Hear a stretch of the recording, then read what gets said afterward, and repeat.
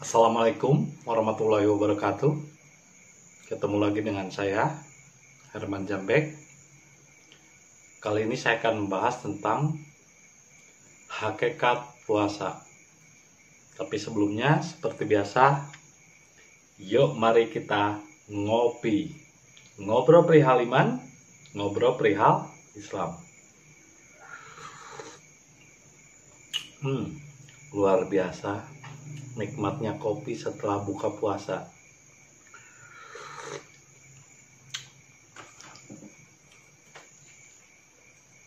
Sebenarnya apa sih hakikatnya puasa itu?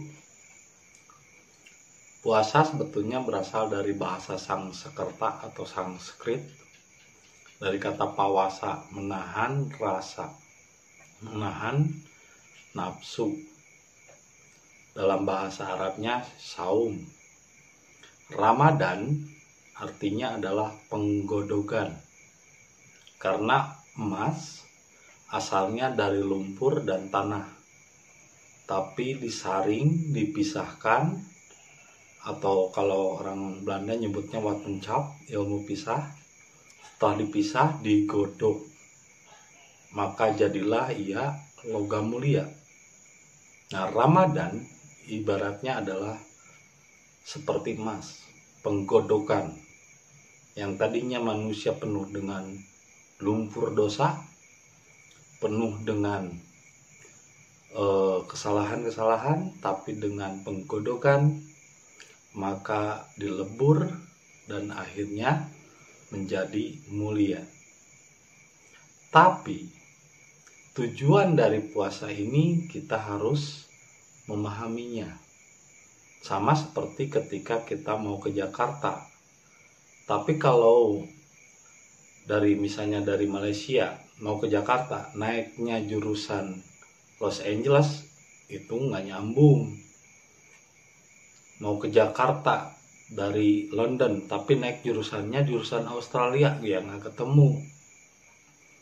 Artinya tujuan dan niat dari puasa pun harus benar, sehingga akan membuahkan hasil yang benar. Akarnya harus benar dulu. Apa sebetulnya hakikat puasa? Ibadah atau puasa, sudah saya katakan, ibadah itu bukanlah kewajiban, tapi kebutuhan. Memahami esensi dan tujuan dari ibadah, itulah kewajibannya. Memahami ilmunya, memahami jalannya, itu kewajibannya. Sama seperti makan. Makan itu kebutuhan, tapi menjalankan usaha, mencari nafkah, itu kewajibannya. Jadi ibadah, puasa, sholat, atau apapun yang dilakukan, itu kebutuhan, bukan kewajiban. Kewajiban itu adalah memahami ilmunya, memahami esensi dari tujuannya sholat, esensi dari tujuannya puasa. Puasa yang sesungguhnya itu adalah latihan atau imtihan, bukan kewajiban yang harus dilakukan. Itu adalah satu kebutuhan bagi jiwa kita untuk melatih sabar dan jujur. Kalau dikatakan pinter, orang Indonesia itu nggak kekurangan orang pinter. Tapi di zaman sekarang ini, kita ini kekurangan orang-orang yang jujur. Salah satu bentuk jujur adalah ketika membicarakan surga dan neraka, paling tidak dia harus tahu dulu surga dan nerakanya, harus merasakan dulu. Jadi membicarakan surga neraka yang belum dirasakan, yang belum dipahami, yang belum dialami, itu cuma pemahaman, itu adalah kebohongan, itu adalah dusta. Di bulan puasa ini terlalu banyak nih proyek lagi nih bagi para ustadz, para kiai dan ulama-ulama ahli kitab, bukan ahli Quran. Kalau Al-Quran yang berjalan, dia menjalankan. Sama seperti ada beberapa orang yang bertanya, Pak, ketika apakah mendekatkan diri dengan Allah itu dengan dzikir, mengingat itu pekerjaan pikiran. Dzikir itu menyebut-nyebut berarti jauh dengan Tuhan. Masa Tuhan terus disebut-sebut Allah, Allah, Allah. Padahal Tuhan itu udah meliputi di luar paling luar dan di dalam diri paling dalam. Tuhan itu ahad, bukan wahid yang terpisah. Jadi nggak perlu dipanggil-panggil sampai serak-serak. Dan banyak bukti orang yang terlalu banyak dzikir kesurupan, terus kanker otak, tenggorokannya putus, pita suaranya. Karena apa ya? Daripada kita berdikir ngomong-ngomongin yang nggak jelas, misalnya taruhlah ayat-ayat itu petunjuk menuju jalan yang benar, petunjuk menuju hakikat yang sesungguhnya. Ibaratnya 250 km menuju Jakarta. Masa 250 km menuju Jakarta itu harus diwiridkan tiap hari sampai 1000 sampai 100, 250 km menuju Jakarta, 250 km menuju Jakarta, 250 km menuju Jakarta. Nggak pernah nyampe ke Jakarta. Jadi apa yang harus kita lakukan? Ya berbuat. Lakukan. Kalau Anda punya sedikit rezeki, berbagilah dengan orang lain. Dan Nabi pernah mengatakan, tidaklah seseorang itu beriman sebelum dia memperlakukan tetangganya seperti dia memperlakukan dirinya sendiri. Sebelum dia mencintai orang lain seperti ia mencintai dirinya sendiri. Makanya kenapa Nabi Muhammad itu tidak pernah pandang-pandang agama, tidak pernah pandang bangsanya apa. Orang Yahudi buta yang selalu mencelanya saja di sudut pasar, dia terus memberi makan. Karena apa? Hakikatnya memberi kepada orang lain adalah memberi untuk diri sendiri. Cermin. Hidup ini cermin. Kalau kita menganggap kafir kepada orang lain, itu sebetulnya karena kekufuran diri kita sendiri. Ketika kita menganggap murtad kepada orang lain, itu sebetulnya karena kemurtadan diri kita sendiri yang mencari Tuhan keluar dirinya. Maka selalulah membaca diri, itulah Al-Quran yang berjalan. Al-Quran itu dari kata qoro'a yaqro'u, artinya membaca. Jadi Al-Quran itu membaca diri, bukan membaca kitab. Karena ketika Nabi Muhammad mendapatkan wahyu pertama, nggak ada yang namanya kitab. Kitab ditulis ratusan tahun setelah Nabi Muhammad wafat, apalagi hadis 500 tahun setelah Nabi wafat. Itu hanya sebuah menu dan ditulisnya bukan oleh Nabi, oleh sahabat-sahabat dan orang-orang setelah Nabi wafat. Itu hanya menu cara membuat kue, misalnya cara membuat pizza, terigu mozzarella, misalnya keju mozzarella, terus garamnya segini, dibaca terus tiap hari, dibacain. Ya nggak bisa, nggak bakalan jadi kuenya. Jadi menu itu bukan untuk dibaca, apalagi cuma dihafal, tapi untuk dikerjakan. Bismillahirrahmanirrahim. Ya dengan rahmat dan rahim, kita selalu kasih sayang terhadap orang. Ada rezeki, berbagilah dengan orang lain. Karena memberi kepada orang sama dengan memberi pada diri. Mengasihi orang lain sama dengan mengasihi diri sendiri. Sampai Nabi Isa pernah mencontohkan, ketika dicambuk, ketika disiksa, dia tetap tersenyum kepada musuhnya. Dan dia tetap tidak pernah menunjukkan kemarahan. Karena apa? Dia bilang bahwa cintailah musuhmu, cintailah orang yang membencimu, karena mereka membenci karena tidak memiliki kasih sayang.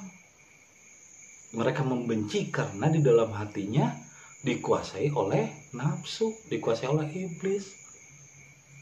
Jadi kalau misalnya kita mengajarkan sesuatu dengan kebencian, caci maki, menganggap sesat ke orang lain, itu sebetulnya gambaran diri kita sendiri yang masih tersesat. Menganggap murtad pada orang lain, itu sebetulnya gambaran dari diri kita sendiri yang keluar dari Allah. Jadi mencari kebenaran tidak keluar diri, tapi harus ke dalam diri. Nah, begitupun puasa, tujuannya bukan untuk ibadah, ibadahnya itu bukan untuk kewajiban dan keharusan, tapi kebutuhan. Kita butuh melatih diri untuk sabar dan jujur.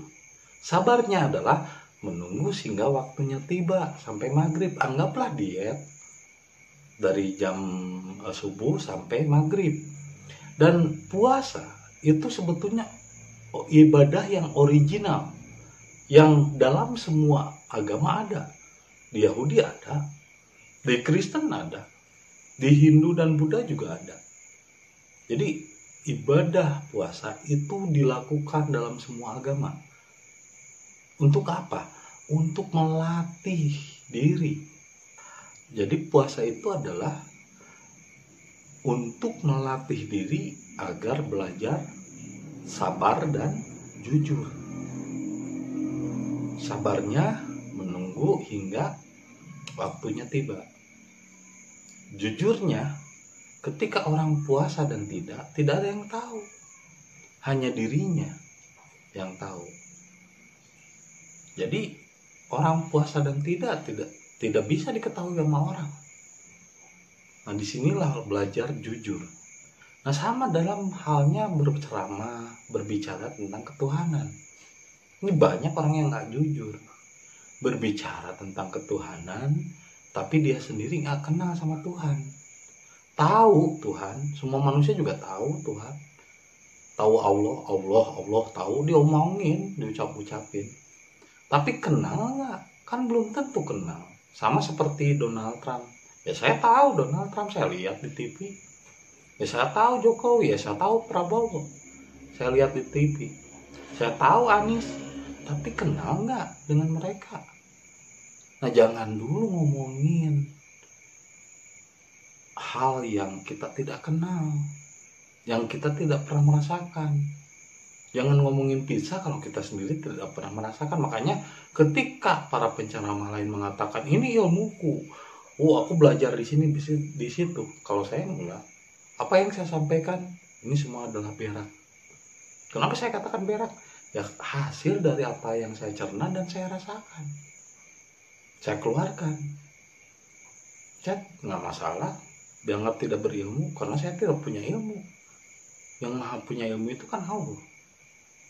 Dan ketika saya ceritakan, karena saya pernah ngalamin, karena saya pernah merasakan. Ini banyak yang tidak jujur menceritakan surga dan neraka. Dia sendiri nggak tahu surga dan neraka itu apa. Sebetulnya nggak ada istilah surga dan neraka. Ada juga istilah nar dan jannah. Nar itu bukan neraka tapi api. Jannah itu juga bukan surga tapi kebun. Nah, api di sini adalah emosi, kemarahan. Kebun itu adalah bagaimana kita menanam. Jannah itu kan kebun. Kalau kita menanam baik, ya tumbuhlah baik. Kalau kita menanam jahat, ya tumbuhlah kejahatan yang akan kita tuai. Tergantung dari apa yang kita tanam. Ini kenyataan. Tidak sedikit banyak orang yang rajin ritualnya, tapi hidupnya tidak tenang dan damai. Hatinya gelisah, penuh was-was dan lain sebagainya. Karena apa? Karena jauh dari Tuhan. Kalau dekat dengan Tuhan, hidupnya akan tenang dan damai. Tidak perlu mencela orang lain, karena mencela orang lain sama dengan mencela dirinya sendiri. Menghina orang lain sama dengan menghina dirinya sendiri. Merendahkan orang lain sama dengan merendahkan dirinya sendiri. Menanglah tanpa harus mengalahkan. Tinggilah tanpa harus merendahkan. Kenapa? Kita harus melihat orang lain itu cerminan dari diri kita sendiri. Memberi ke orang sama dengan memberi ke diri. Mengasihi orang sama dengan mengasihi diri. Nah, kalau seandainya kita udah menerapkan hal seperti itu ke dalam diri, insya Allah hidup kita akan damai dan tentram. Ketika ada orang yang mencela kita, merendahkan kita, apakah kita perlu marah? Untuk apa kita marah? Nah, kalau kita marah, justru itu berarti kita terpancing. Hati kita sudah membatu. Hati ini adalah gumpalan air. Jantung sebagai pusat pemompa air. Darah. Air kalau digores sama pedang, meskipun hanya beberapa detik dia tergores, tapi dia akan kembali ke wujud semula tanpa bekas. Itulah wujudnya hati, itulah wujud diri. Jadi kalau dihina, dilecehkan, disebut anjing sama orang lain pun dia tidak akan merasa marah, dia tidak akan dendam, karena hatinya air. Air kan kalau digores dia akan kembali ke wujud semula. Bahkan kalau digebuk, cipratannya malah kembali ke yang ngegebuknya, tidak membekas luka. Tapi ketika ada yang membekas luka, retak, hatinya merasa panas, dendam, berarti hatinya telah membatu. Karena batu itu kalau digetok sama palu dikit, retak. Nah ini orang yang sakit hati dendam itu adalah hatinya telah membatu. Karena apa? Karena terlalu banyak mikir Tuhan. Tuhan gak bisa dipikirkan, bro. Jangan pakai ucapan-ucapan, pakai tindakan. Tuhan bukan di mulut tapi di tindakan. Berbuat. Allah, Allah, Allah untuk apa? 250 km menuju Jakarta, 250 km menuju Jakarta. Tapi gak dikerjain. Yang penting kerjain saja. Allah Ar-Rahman Ar-Rahim, ya kita kasih sayang terhadap siapapun, tidak pernah membenci, tidak pernah mengatakan sesat ke orang lain, tidak pernah mengatakan kafir kepada orang lain. Orang mau ibadah mau enggak kan kebutuhan dirinya, bukan kebutuhan kita. Bahkan Allah pun nggak butuh. Orang mau ibadah mau enggak, memang Allah butuh. Memang Allah dendam, memang Allah marah kalau orang ibadah? Enggak kan? Orang-orang Yahudi aja menurut kita nggak ibadah, mereka maju, hidupnya sukses. Nah, itu yang harus kita koreksi. Itu yang harus jujur kepada kita. Perbuatan apa yang telah berguna bagi kita kepada orang lain? Nah, disinilah puasa ini kita harus melatih jujur. Kalau belum kenal sama Tuhan, belum kenal sama Allah, jangan ngomongin Allah, bro. Kalau cuman hafalan untuk apa? Banyak orang yang cuman hafal pizza tapi belum pernah ngerasain pizza, diomong-omongin ke orang lain. Pizza itu begini-begini. Udah pernah makan pizzanya? Belum, ya. Dongeng namanya.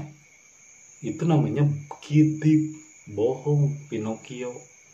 Nah, sekarang banyak penceramah yang membicarakan ketuhanan, membicarakan ibadah, tapi dia tidak tahu esensi ibadahnya itu apa. Seperti sholat. Sholat kan tujuannya tanhan nih pasawan mungkar, mencegah perbuatan keji dan mungkar agar menjadi orang yang baik, beradab. Nah kalau seandainya dia sholat, rajin, tapi malah jadi benci sama yang tidak sholat, terus letak esensi sholatnya apa? Manfaat sholatnya itu apa gitu? Kan sholat tujuannya agar menjadi orang yang baik dan benar, agar memiliki kasih sayang, tidak membenci. Oh, kenapa kita sholat jadi membenci yang tidak sholat? Terus kenapa kita puasa kok jadi benci sama yang tidak puasa? Kan puasa melatih sabar dan jujur.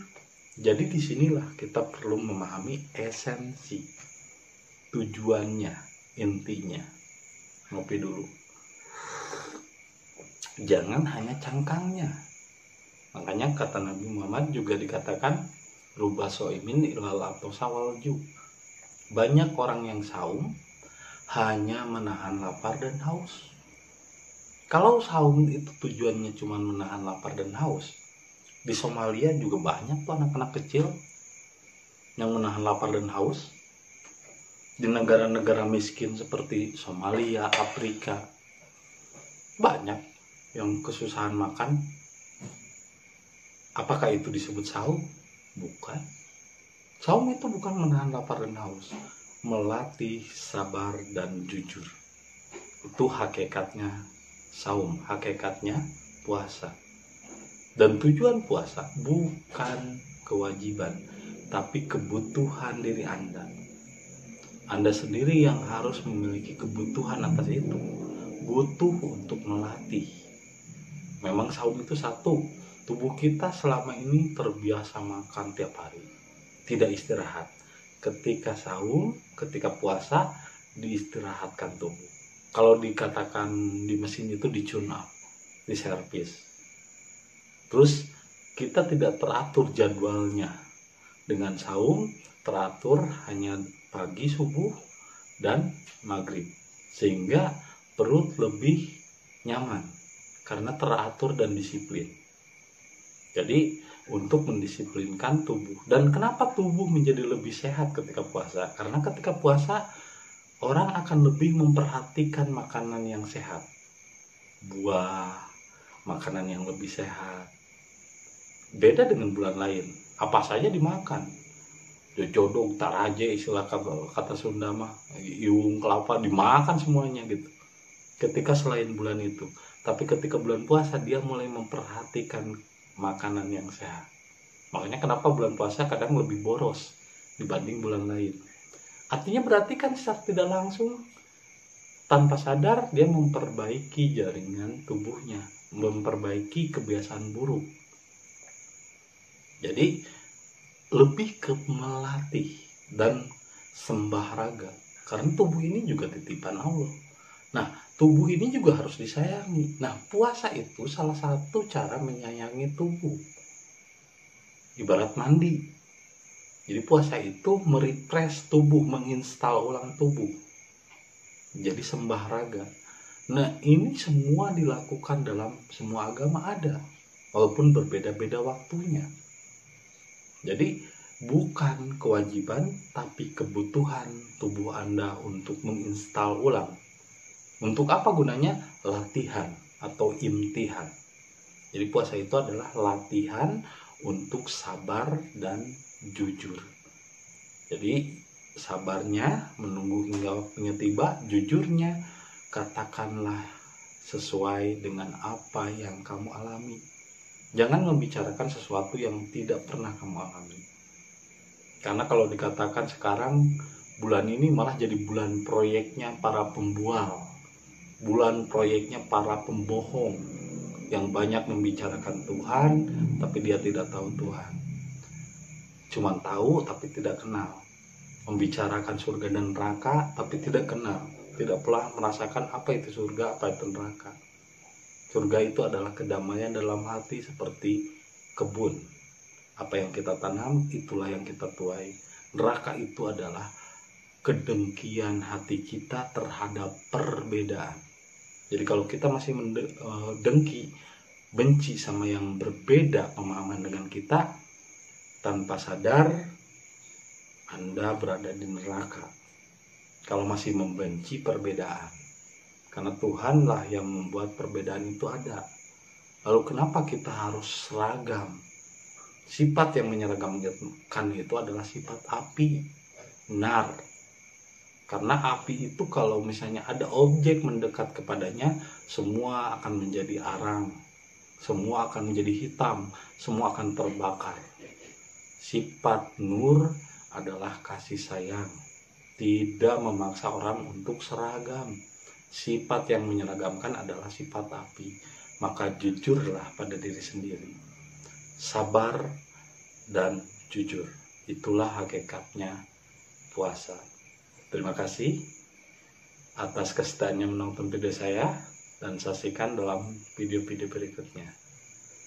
Assalamualaikum warahmatullahi wabarakatuh.